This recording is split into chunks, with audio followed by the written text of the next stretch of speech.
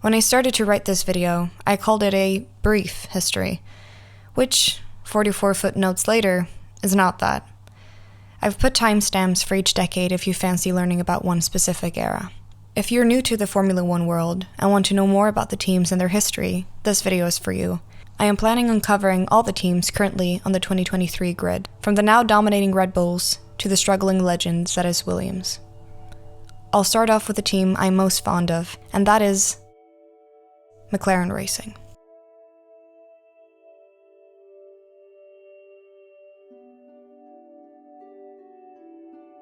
Bruce McLaren was born in Auckland, New Zealand in 1937. When he was a child, he struggled with a condition called Perthes disease, which resulted in him being strapped to a metal frame, unable to walk for 2 whole years. The disease gave him a permanent limp, leaving one foot longer than the other. People who worked close to him say that he never mentioned being in any pain because of it, although the disease was most likely getting progressively worse. At 13 years old, Bruce convinced his dad, Les McLaren, to build a race car out of an old beaten-down Austin 7 Ulster. Bruce spent 2 years restoring the car, buying second-hand parts, and making its 4-cylinder engine go from approximately 115 km per hour to 140 km per hour. Bruce learned a great deal about engineering working on the Austin Ulster. Later in his life, he would be one of only 3 drivers to win an F1 Grand Prix in a car of his own construction. Bruce McLaren made his debut in F1 in 1958 for the Cooper team, the year after he would win his first F1 race at the age of 22 at the United States Grand Prix at the Sebring International Raceway. He was the youngest ever Grand Prix winner, if you don't count the Indianapolis 500, which they did back in the day, a record that would 40 years later be broken by none other than Fernando Alonso at the 2003 Hungarian Grand Prix. In 1963, aged 27, he founded his own team, Bruce McLaren Racing Team. Early years of Formula 1. The team would not enter Formula 1 until 1966 with the M2B. Bruce scored 3 points with a 6th place finish at Brands Hatch and a 5th place finish at the United States Grand Prix at Watkins Glen. The McLaren team entered the 1967 season with the M5A, their first purpose-built Formula 1 car. Although full of hope, this would prove to be a difficult season for the team. Impressively, they scored 3 points despite Bruce retiring from 7 out of the 10 races he entered that year. McLaren signed last year's world champion Denny Hulme to partner Bruce in the 1968 season. Their new car, the M7A, made its F1 debut in Spain that year, where Hulme came second and Bruce retired. Later in the season, at the Belgian Grand Prix, Bruce took McLaren's first championship victory from a late pitting Jackie Stewart. After Jack Brabham, Bruce was the second ever driver to win a Grand Prix driving a car adorned with his own name. Bruce's teammate Denny Hulme had potential to defend his world championship title, but retired during the last race of the season in Mexico. 1968 was a gigantic step in the right direction, with Hulme finishing in the overall driver standings in 3rd place with 2 wins, 1 second place, and 33 points, and McLaren in 5th place with 1 win, 2 second places, and 22 points. Sadly, this would be the last time Bruce would stand at the top of the podium in his F1 career. Hulme partnered McLaren for the 1969 season as well. After the failure of their new 4-wheel drive M9A, McLaren came up with variants of the M7A and would eventually land on the M7C for the remainder of the season. The M7C was, out of all the cars they had built, the most consistently competitive. Helpful was it also that the car was being powered by one of the most successful engines in F1 history, the Ford Cosworth DFV. The M7C variant managed to score 5 podiums driven by Hulme and McLaren that season, with Bruce scoring points in all the races he finished. Although Bruce did not win a single race this season, he outscored his teammate Hulme by 6 points and managed a 3rd place finish in the championship standings. Adding to that, the team achieved a 4th place finish in the Constructors' Championship, beating the likes of Ferrari and Bruce's debut team, Cooper Maserati. The business side of running a racing team seemed to intrigue Bruce's interest more and more, and before the 1970 season, he told his closest friends that he would hang up the helmet at the end of the year and put all his focus on the team's business affairs. After only competing in 3 races, those being the South African Grand Prix, where he retired, the Spanish Grand Prix, where he scored a podium finishing second, and won retirement at the Monaco Grand Prix, Bruce McLaren would tragically not enter the scheduled Belgian Grand Prix at Spa-Francorchamps on the 7th of June. 5 days earlier, on June the 2nd, Bruce was testing out some new changes to the M8D, a car that was set to race in the Can-Am series that year. He unfortunately lost control when the rear of the car malfunctioned, and he died in a horrific crash at the Goodwood Motor Circuit. Although this next part is not F1 related, I would like to include it in Bruce's memory to show you the impact he made on the people around him. Before Bruce's untimely death at 32, the team was in full swing trying to get the M8D race ready. The day after his passing, the mechanics were supposed to have the day off to process the loss of a great leader, driver, engineer, and friend. But that next day, all the mechanics came in and worked tirelessly to make the deadline. They knew that's what he would have wanted. The McLaren M8D, at the helm of Denny Hulme, Dan Gurney, and Peter Gethin, won 9 out of the 10 races that year, completely dominating the field. The years after Bruce. In 1970, after not entering the Belgian Grand Prix, Edward Everett Mayer, or Teddy, took over Bruce's role in the team. Mayer spent the entirety of the 70s with McLaren as team principal, and with that, solidified its history in Formula One. The year is now 1974, and former world champion Emerson Fittipaldi joins the team. It's a close fight between Fittipaldi and Regazzoni in the Ferrari, but Fittipaldi ultimately won the World Championship at the last race, entering the Grand Prix at Watkins Glen equal on points. This was the start of many championships to come. The 76 season is widely remembered for its rivalry between 2 greats of the sport, McLaren's James Hunt and Ferrari's Niki Lauda. The two fought it out throughout the season, but Lauda's Ferrari seemed to have the upper hand. That was until, at one of the most dangerous circuits in the world, the Nürburgring, Lauda's car slid off the track, crashing into an embankment, ending with the car bursting into flames. Lauda was struck multiple times by other drivers who had not yet been notified of the crash. Eventually, after being engulfed in flames, trapped inside the car, he was dragged out and brought to hospital. Hunt would then reap points and eat into Lauda's lead, while Lauda was still in hospital, trying to survive, watching his rival come closer and closer. Lauda returned only 6 weeks after the accident, still bleeding through his bandages. In that time, Hunt had won 3 Grand Prix, and as they were heading into the final race in Japan, Hunt was 3 points short of Lauda.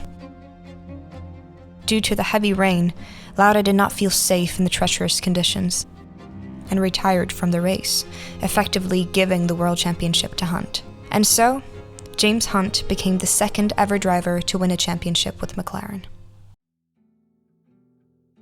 Rondennis would enter the team in 1980. Throughout the 80s, he would be a prominent figure in Formula One. With Niki Lauda joining the team in 1984, the McLaren lineup consisted of 2 undeniably great drivers. The young Frenchman, Alain Prost, would give 2-time world champion Lauda a real fight. The MP42 were crushing the rest of the field, with the only real championship contenders being the 2 McLaren teammates. And with that, Lauda and Prost had the sport's closest ever championship finish, with only half a point separating them after the final race in Portugal, with Lauda securing his 3rd and last F1 World Championship. Prost would go on to win the 1985 Drivers' Championship with McLaren, with Lauda retiring at the end of the season. The 86 season saw the Gang of 4 fighting for the championship. The gang included Ayrton Senna, Nigel Mansell, Nelson Piquet, and Alain Prost. The F1 cars used in 1986 were extremely powerful and dangerous, since there was no restriction on engine power. The MP42 was still used by Prost during this season and saw him having only 2 retirements. When the last race of the season rolled around, the title fight was between Mansell, Piquet, and Prost, with Prost ultimately securing his second world championship. In 1988, McLaren signed Ayrton Senna on Prost's request. He'd seen a great talent in the young Brazilian and thought the team would have to sign the best driver on the grid to be his teammate. The driver pairing of Senna and Prost would go down as one of the fiercest rivalries in F1 history. The MP44 was designed by Steve Nichols and had a Honda 1.5-liter V6 turbo engine. For the subsequent season, the powerful turbo engines would be banned. The MP44 is, till this day, one of the most dominant F1 cars ever made. Out of the 16 races that season, Senna, together with Prost, would win 15 of them. Save the emotional Italian Grand Prix, won by Ferrari's Gerhard Berger shortly after founder Enzo Ferrari's death. Senna would end up winning 8 races and scoring 13 pole positions in the 88 season, with Prost winning 7 races and coming second the other 7 races he finished. By our points system today, Prost would have actually won the championship, 105 to Senna's 94 points. But in 1988, the rules were different, which meant that only the 11 best finishes a driver had would count. Senna won 1 more race than Prost, giving him 90 points to Prost's 87. Riding the wave of the success of last year, the 89 season saw the 2 rivals take the fight down to the wire, resulting in a controversial championship decider during the penultimate race in Suzuka, Japan. Going over to naturally aspirated engines, the new MP45 would see them switch to a Honda V10 engine. And though they cannot recreate the dominance of last year, Senna and Prost still managed to win 10 out of the 16 races. The controversy started near the end of the 46th lap of the Japanese Grand Prix, when Senna would try to pass Prost, ending in Prost closing the door on him, and they both went off the track. Senna managed to jumpstart his engine with the help of marshals, which is illegal, and used an escape road to get back into the race again. This move would prove controversial, but not for the reason you would expect. Senna was disqualified after the race for not correctly finishing lap 46 in its entirety, because he used the escape road. This would effectively give the championship to Prost. The McLaren team tried to appeal FIA and FISA president and Frenchman Jean Maré's decision, but nothing would come of it. When everything was said and done, Prost would remain the world champion of the 1989 season. During the 80s, McLaren created one of F1's most dominant cars in the MP44, had some of the sport's greatest drivers driving for them in Lauda, Prost, and Senna, securing record-breaking stats and winning 5 drivers' championships and 4 constructors' championships across the decade. The 1990 season started with Prost moving away from McLaren and joining Ferrari. The controversy of last year loomed over F1's star drivers. McLaren's new car, the MP4 5B, had the upper hand during qualifying with new teammate Berger. They scored pole in 12 out of the 16 races. But in racing conditions, the Ferraris seemed to have the advantage. History would be close to repeating itself when the penultimate race of the season, again in Suzuka, Senna and Prost would fight to decide who'd be crowned the world champion of the 1990 season. Senna took pole with his McLaren and was complaining that he would start the race on the dirty side of the track, and was subsequently afraid that Prost, starting second, would get a better start.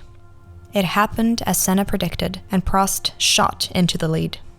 With the events of last year echoing in his mind, Senna quickly made a consequential maneuver. On the first corner of the first lap, Senna deliberately crashed into Prost, forcing them both out into the gravel trap. Unable to rejoin, Prost and Senna would retire from the race, making Senna the world champion and McLaren the winning constructor, as Prost could now not surpass Senna's points lead. For the 91 season, McLaren continued the successful pairing of Senna and Berger, driving the MP46, known to be the last F1 car to win a championship with a manual gearbox powered by a V12 engine. Senna started the season in dominant fashion, with 4 poles and 4 wins, but would get a real fight from Nigel Mansell and his charging Williams. Again, the championship would be settled in Suzuka. Mansell suffered from a brake pedal issue and spun off the track, leaving Senna the world champion for the 3rd time and McLaren winning the Constructors' Championship for the 4th time in a row. McLaren would see a dry spell throughout the middle of the 90s. Their mid to late 80s and early 90s dominance would seem far away. Senna would leave the McLaren team for Williams for the 94 season, but tragically lost his life during the devastating San Marino Grand Prix.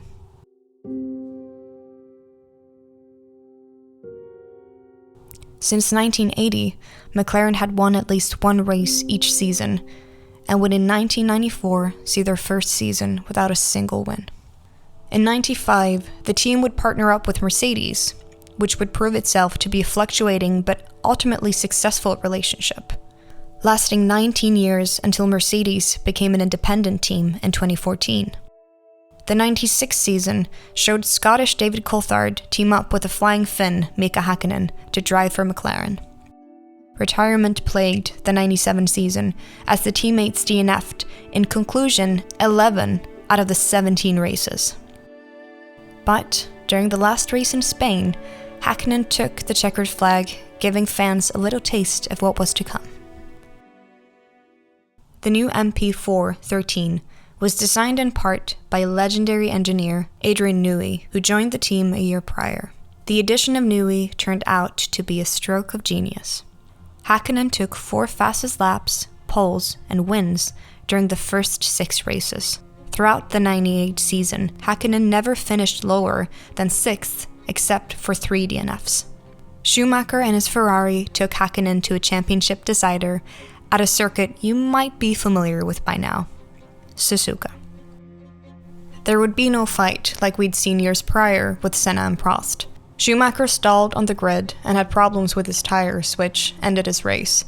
Häkkinen took the title with 8 wins and together with teammate Coulthard, secured the Constructors' Championship of 1998 over Ferrari. McLaren's entry into the 1999 season was with the incredibly fast but unreliable MP4-14. Championship defender Häkkinen endured 5 retirements throughout the season, all while in pole position, though some DNFs were of his own making. The car was extremely powerful, but sometimes too much for its own good. Häkkinen's championship rivals differed throughout the season, and would up until the British Grand Prix see Schumacher as the main contender. But after a high-speed crash, the Ferrari driver was left with a broken leg and had to sit out the following 6 races, changing the course of the championship. Häkkinen now had to beat the second Ferrari driver, Eddie Irvine. Irvine led Häkkinen by 4 points going into the last round at, you guessed it, Suzuka, Japan. Irvine crashed in qualifying, and Häkkinen lost pole to a recovered Schumacher. Häkkinen burst into the lead at the start, closely followed by Schumacher, who, throughout the race, would be right at Häkkinen's tail, pushing him to make a mistake. But the calm and collected Finn did not look back, and took the checkered flag and his second championship with it. Due to the lack of consistency, McLaren did not win the Constructors that year, and came second to Ferrari. The new millennia started with a continuation of the Ferrari-McLaren rivalry between Schumacher and Häkkinen. The early 2000s would see the sport dominated by Schumacher and the Dream Team at Ferrari, while McLaren continually struggled with reliability issues. Where was the championship of 2000 decided? Say it loudly with me. Suzuka. It was a titanic effort from Häkkinen with some brilliant drives, like at the Belgium Grand Prix at Spa, but the Ferraris were too consistent in the end. During the 2001 season, the McLaren boys were again haunted by retirements, in stark contrast to the Ferraris. Schumacher completely dominated the season, scoring 123 points to next man in line, Coulthard's 65. former champion Häkkinen had the worst luck out of the two teammates, and retired at 6 races and had a gearbox issue at the French Grand Prix that resulted in a DNS. 2002 saw the two-time world champion Mika Häkkinen take a break from Formula 1, completely not retiring, to go on a sabbatical. Well, we're still waiting for his return. Another Finn would take his place, the ever-charming Kimi Räikkönen. In 2003, Räikkönen proved extremely fast, and despite only claiming a single victory, he lost the championship to Schumacher, who had won 6 races that season, by only 2 points. Räikkönen, the star driver of McLaren, would in 2005 make the most out of the undeniably fast but very unreliable MP420. 2005 would see Fernando Alonso and Renault win the championship, with Räikkönen second in the standings. The 2007 season would be a self-destructive endeavor for McLaren. Coming off the back of 2 championships with Renault, Fernando Alonso left the team to join McLaren. His teammate? The 22-year-old fresh F2 champion, Lewis Hamilton. Trying to keep the 2 fiercely talented drivers in check proved a huge task for team principal Rondennis, but handling the drivers would be the least of their worries. It was rumored that former Ferrari employee Nigel Stepney copied over 700 pages of technical information about the 2007 Ferrari F1 car and handed them to McLaren's chief designer, Mike Coughlin, ahead of the 2007 season. I won't go into all the details, but what was later named Spygate almost completely tore apart the McLaren F1 team. Alonso and Hamilton did not get along, to say the least, with them falling out big time after the Monaco Grand Prix.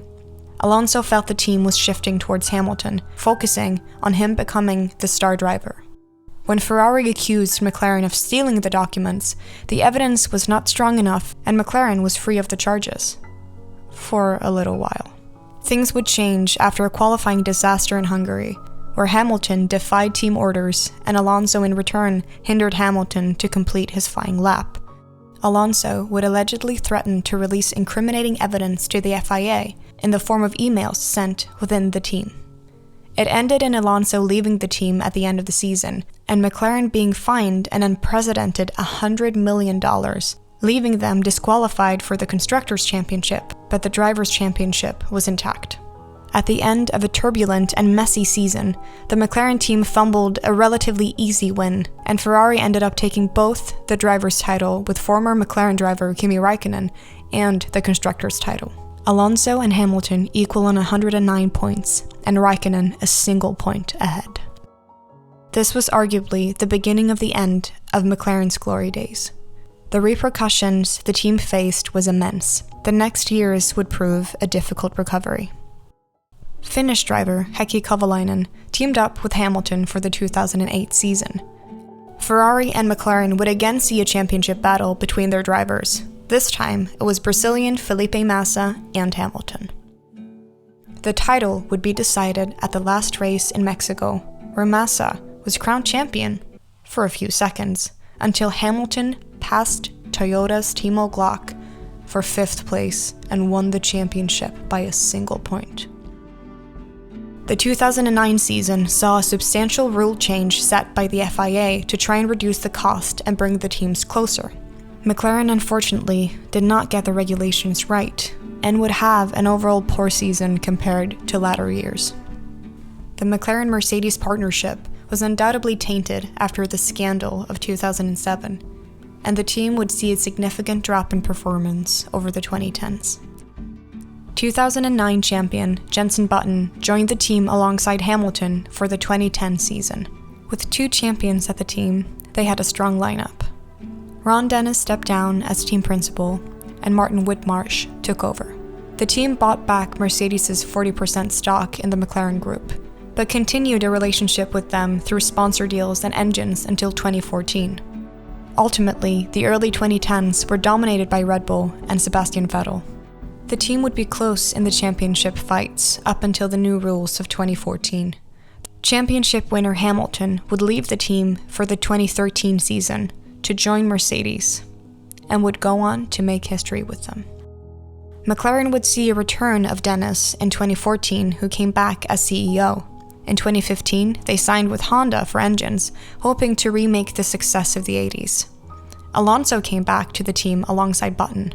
Unfortunately, the deal with Honda proved miserable, with an underperforming engine, Alonso liking it to GP2. McLaren turned to Renault engines for the 2018 season. The car would underperform in qualifying, but work a bit better during the races. After yet again a disappointing season, Alonso retired at the end of 2018, and another Spanish driver replaced him, Carlossainz. McLaren's second driver, Stoffel van Dorn, was replaced with rookie Lando Norris. The 2019 season would see a big change. Andreas Seidel took over as the team principal, and things started to look up. McLaren ended in 4th place in the Constructors' Championship, only behind the big teams of Mercedes, Red Bull, and Ferrari. The start of the 2020s shook the world. Despite the struggles, McLaren managed to score 2 podiums, one of them being 2nd place and a near win for Sainz at Monza. In 2020, McLaren finished an impressive 3rd in the Constructors' Championship and beat their longtime rival, Ferrari. The 21 season saw a return of Mercedes engines for McLaren, and with Sainz going to Ferrari, McLaren signed Daniel Ricciardo as his replacement. Norris significantly outperformed his experienced race-winning teammate and bagged 4 podiums, though Ricciardo had a surprise win at Monza, with Norris finishing 2nd. This was the team's first 1-2 since the Canadian Grand Prix 12 years earlier. 2022 was a step down from 2021.